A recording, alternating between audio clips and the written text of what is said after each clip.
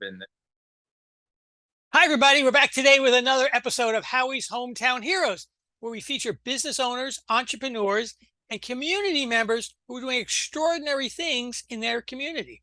Today, we're in, guess what? Paris Island, Marine base there in South Carolina. Unbelievable. And we're here with Mark Pellon, who is the principal director of the Paris Island Marine Corps Band. How impressive is that? That's for sure. So let me tell you a little about Mark. Unbelievable. He joined the Marines at 18, right out of high school. He's got a great story around that. We're going to hear about that. And as part of it was a whole experience, an education for me about how the bands in the services are formed. I had no idea how that worked, so that was a very cool thing to know. If you're a musician out there and young, might be a good career path for you. In any case, he traveled all over the West and Asia, auditioning potential musicians to be in the Marines.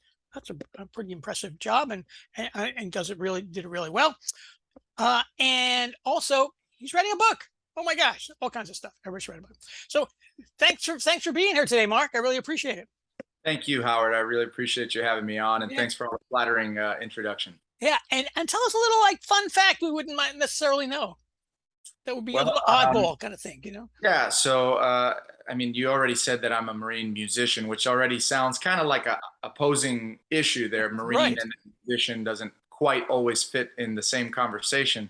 But I actually developed an incredible passion for martial arts when I joined the Marines. And so I became a martial arts instructor for the Marine Corps early in my career, which led me down a whole nother path on the side. I became a mixed martial arts fighter on my free time.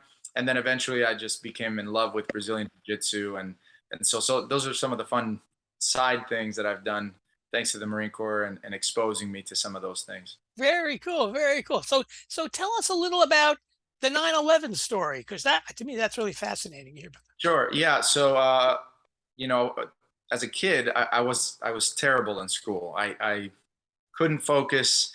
I was a solid C student. If I wasn't paying attention, maybe a D would come across the report card once in a while.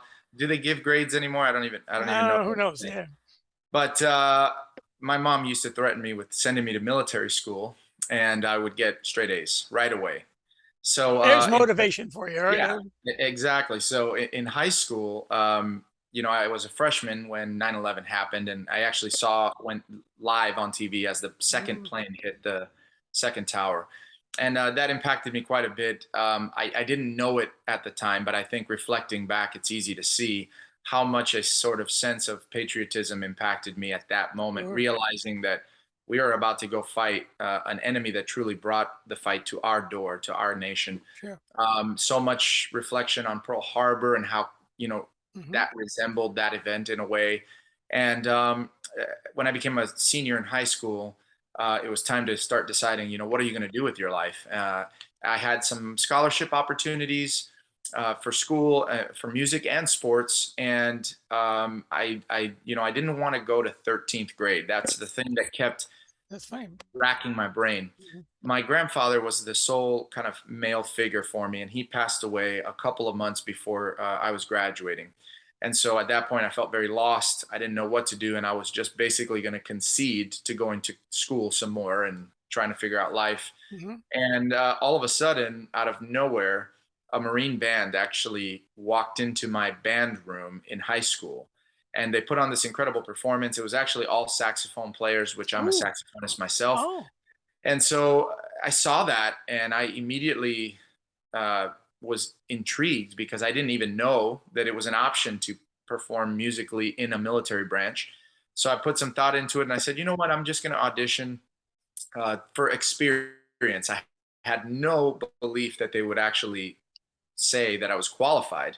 And as soon as I auditioned, they said, you passed. We'll give you a guaranteed duty station.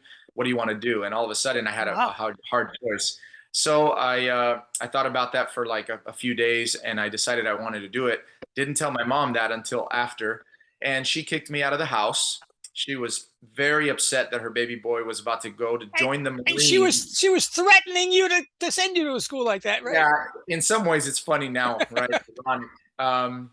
but I called her and I said, "Look, I'm really dedicated to this, and I want you to come with me to the recruiter's office.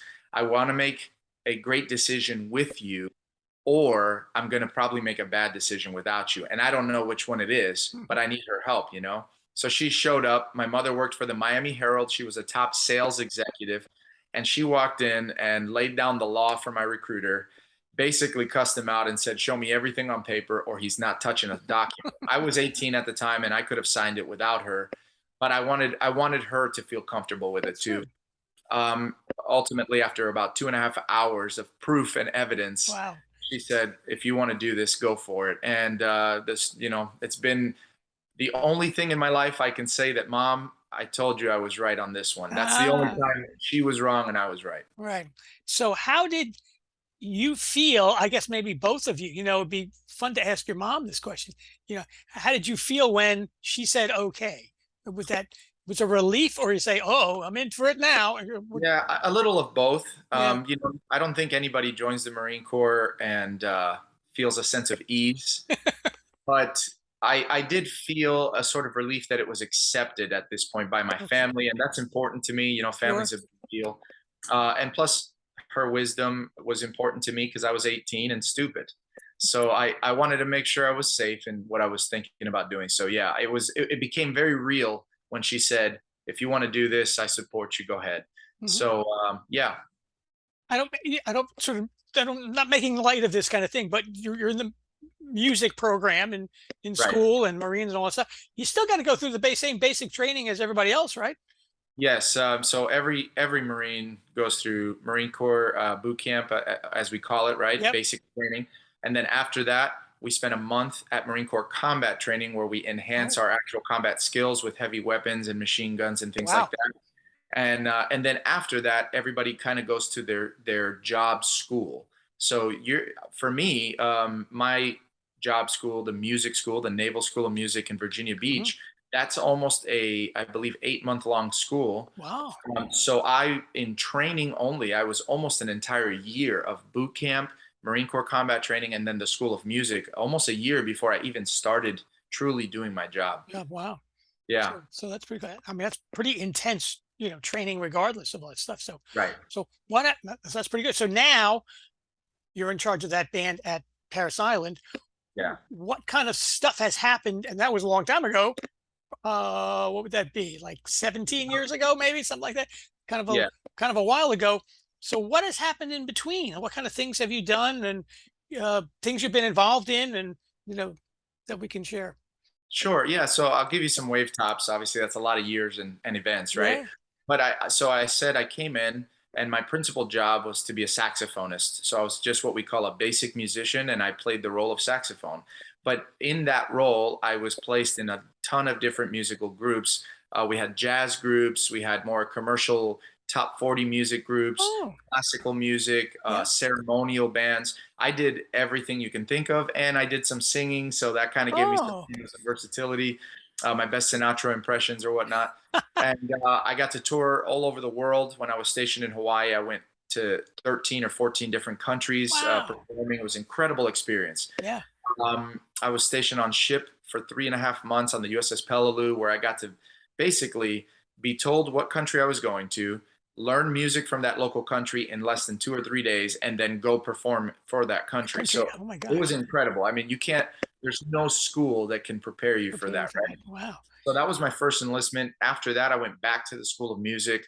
I went through what we call advanced training or Hmm. intermediate leader course, where I learned how to conduct. I learned arranging and composition, music theory, advanced music theory, and things of that nature. After that, I went to my next band, which was at Camp Lejeune, North Carolina, where I became the assistant enlisted conductor. I became the leader of multiple music groups where I was charged to develop the music. Um, from there, I went back to the School of Music for the most advanced schooling. So this kind of totals about 2 years worth of music school. But we kind of equate that to about a bachelor's degree in music Okay. education, things like that. Yeah. So I went to do that for 10 months. And then from there, I went to the 3rd Marine Aircraft Wing Band, where I was also the assistant conductor and led a lot of musical endeavors, performed on national television, a ton of great experiences. Then I went on my recruiting assignment where I was the musician placement director, auditioning people up and down the West Coast. I think if I remember very vividly, I traveled 271 days Oh my gosh. in 1 year. Oh my gosh. Oh my gosh. So pretty extensive traveling and just living the apartment hotel life for a long Yeah. time. And after that, I was selected to become an officer. So that was back in 2016. Mhm. I took over as the officer in charge at the 3rd Marine Aircraft Wing Band in San Diego in 2017. And then I took charge of the Paris Island Marine Band in 2020. So it's been an incredible career, without a doubt, full of things I never expected, Sure. and in a wonderful way.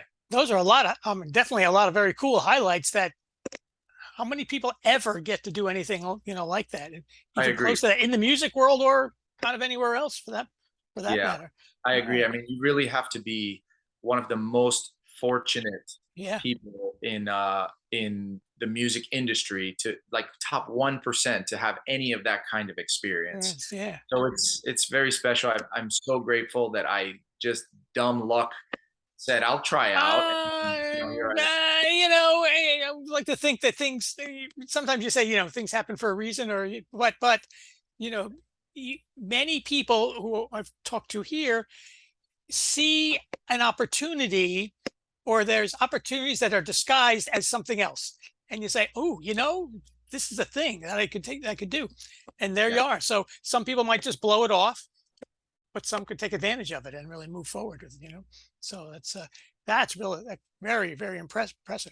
And we talked a little about earlier about the canine training for protection dogs and stuff. Tell us a little about that. How'd that come about?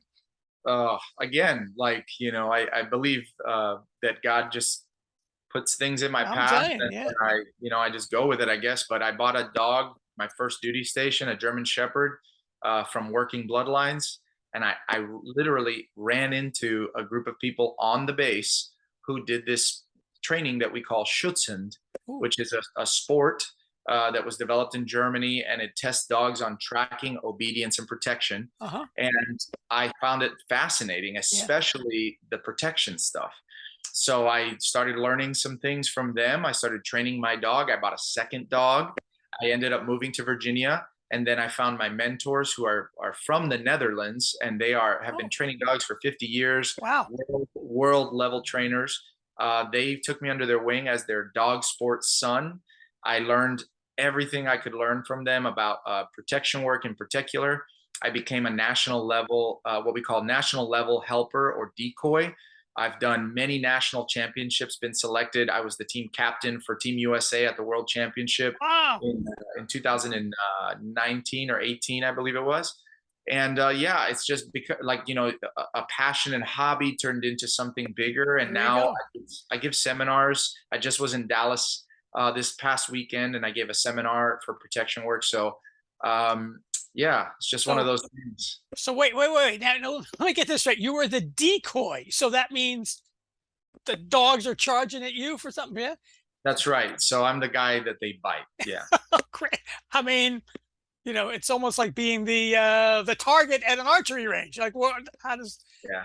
how does that Yeah. feel when dogs are lunging at you? It's exciting. Yeah, I bet. Yeah, but When you first start out, it's very hair raising and nervous, right? sure. But after 15 years of doing it, it's like riding a bike for me now, I guess. But it's always exciting for me because, we call them fur missiles.